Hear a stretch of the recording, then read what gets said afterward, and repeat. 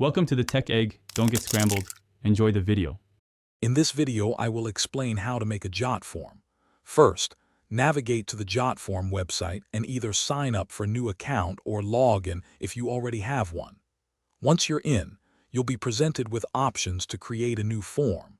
You can choose to start from scratch with a blank form or select from a wide variety of pre-designed templates to get a head start. This initial step sets the foundation for your entire form. Now that you have your basic form, it's time to customize it. You can easily add different types of fields such as short text, long text, email, and drop-down menus by dragging them from the left panel.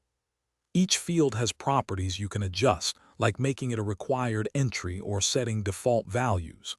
For more advanced functionality, explore adding conditional logic to show or hide fields, or integrate payment gateways for collecting payments directly through your form.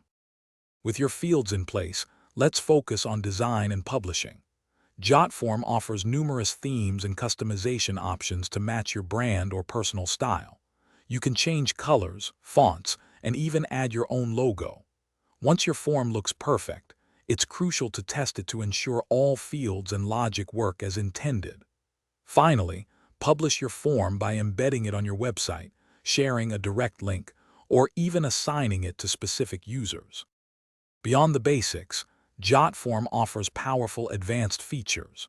You can integrate your forms with hundreds of other applications, such as Google Sheets or MailChimp, to automate workflows. Reviewing your submission data through JotForm's analytics tools provides valuable insights into your responses. Remember to check the description for a link to the new Kindle Paperwhite and other great deals. This helps you make the most of your forms and streamline your data collection process efficiently. Thanks for watching. Consider subscribing if I helped unscramble your problems.